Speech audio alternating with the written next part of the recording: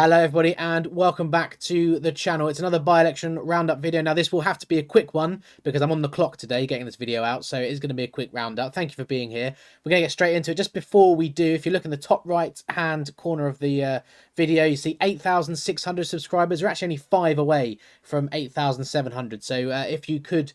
if you haven't already, please do subscribe to the channel, get us over to the 8,700 mark. That'll be most appreciated. Right, let's get straight into this. The election results have all just been declared. Maidstone was the last one, and look, long story short, another incredible night for reform at the expense of both of the two main parties. We'll go through them in order as they come up on the screen. Hutton South Ward, Brentwood, pretty sure that's Essex. Conservatives lose. Down 14 and a half points previously. Reform up an incredible again. I mean, we say it every week, really, don't we? But incredible seeing them coming straight in at pretty much 46% of the vote. And there's more like that. And it's interesting as we go through these. I can't remember off the top of my head what all the results are, but just notice how we are starting to see some of the scores tick up into the 40% rather than winning by 35%. Reform are starting to win by getting over 40%, which is significant, because if they can push on to the 40% in terms of a general election national polling, then they're going to have a huge majority. So I've noticed that in the last couple of weeks. Brentwood, Hutton South and Brentwood goes to the Reform Party. Conservatives getting squeezed out again in what is traditionally or previously been a very safe area of the country for them. Labour managed to hold on in Cheshire West and Chester Strawberry Ward, but look at the score change, down 33 points previously. So although they've won, let's see what Reform got. Reform got 32, so they're 3% behind. The majority only 63, so very close. Look, Labour down 33 points. Clearly this is a ward where previously, frankly, Labour wouldn't even have had to campaign. They wouldn't have had to campaign at all. They probably did some leafleting, but this was just a nailed-on Labour ward. Not so anymore, and that's what's changing so rapidly. Labour and the Conservatives too, they will hold on in certain areas where they previously had over 60% of the vote. There's some places that vote 80% for one party. They'll hold on in places like that probably, but you'll see a catastrophic decline in their vote share like we've seen here. So look, Strawberry Ward in Cheshire is a battleground now where previously it wasn't. So that's significant, even though Labour do hold on, which obviously is good news for them. Somebody mentioned actually in the last video, I should mention the turnouts, and you're right. Now look, 34% up in Brentwood. That's not bad for a local by-election. I mean, it's pretty poor, but it's not bad for a local council by-election. That's actually pretty impressive.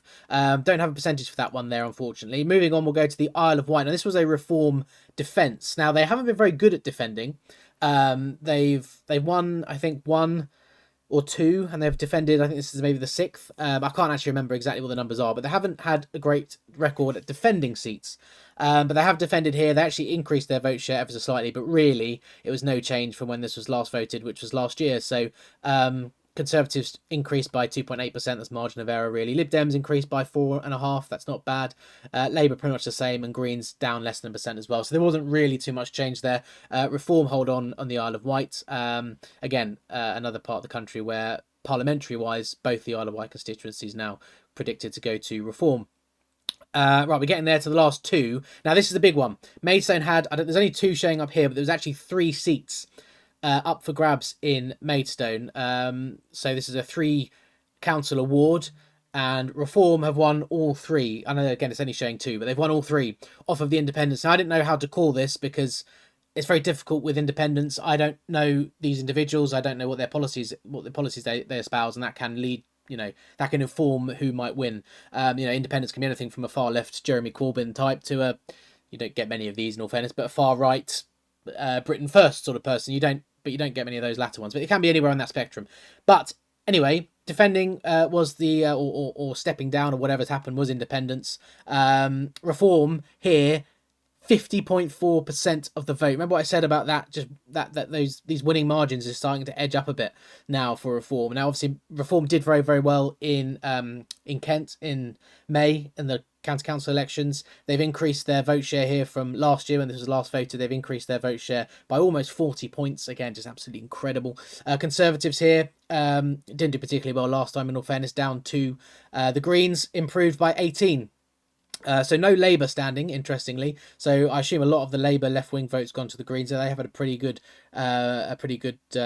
showing there. But Reform miles and miles and miles ahead, over 50% of the vote, just about, but half the vote. So just noticing that Reform share really, really starting to edge up. And these are significant. It is significant because, like I say, the less marginal these wins become for Reform, the implication is that when it comes to Westminster voting, they are going to be genuinely a decent whack ahead of anybody else. I think that it points us in that direction.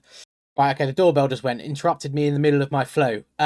Wigan Central Ward in Wigan, and again, it's yet another Reform gain off of the Labour Party again. And again, look at that winning percentage, 47%. And again, coming straight in from a standing start, straight in almost 50% of the vote. Just absolutely incredible. But I said, didn't I, just noticing that winning margin, the winning percentage for Reform is edging up now into those 40%, high 40s% from what we've previously seen of them getting sort of low 40s or high 30s, with the second place party being maybe 4 or 5% behind them in the mid 30s. They're actually starting to dominate contests now. Labour here down 15 points again, not their worst decline by any stretch of the imagination, but still pretty poor, taking them down from again sort of the mid to high 40s to the low 30s. No one else there really all that worth talking about. Again here, turnout 31%, Maidstone 31% as well. Look, these aren't, like I said, these aren't bad turnouts for council by-elections, local election by-elections, I mean. Quite often you see them in the 20s, even lower than the 20s.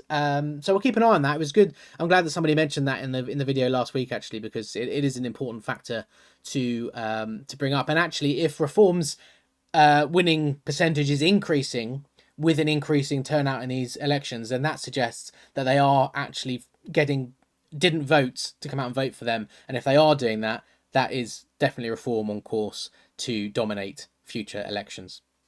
Right, so that is the all the by-elections that happened this week. Another dominant week for Reform, and like I say, starting to dominate these races individually now as well. Next week, I forgot to do the look ahead to this week last week. So looking ahead to next week, we've got another pretty stacked week of by-elections. Those are actually the ones that just happened. That's not been updated yet. But we've got next week then, Yateley West Ward in Hart. Liberal Democrats dominated there last time. Only 3 parties standing. I would expect the Lib Dems probably hang on there. One in Bath and North East Somerset. Again, Liberal Democrats won pretty convincingly before. Be interesting to see, because Somerset's becoming a bit of a battleground between the Lib Dems and Reform, but I think Lib Dems probably will win. Northamptonshire would expect Reform to do well. Redcar and Cleveland expect Reform to do well. Conservatives defending both. Reform are actually defending that Northamptonshire one, so that'll be interesting to see. Again, they haven't done particularly well on defences, and that was only voted on in probably May this year. So again, there's been an early resignation from Reform there. So that's a big problem that they've had. They need to sort that out, because it looks very, very unprofessional. Redcar and Cleveland, Conservatives defending. Reform would expect to do very well. Teenbridge down in, I want to say down in Devon. No, I might be wrong. Not sure. Conservatives defending. Yeah, it was a close race for the Lib Dems last time by the looks of it. So we'll see what happens there. West Lancashire, quite a lot. There's 6 candidates standing. Reform we'd expect to do pretty well.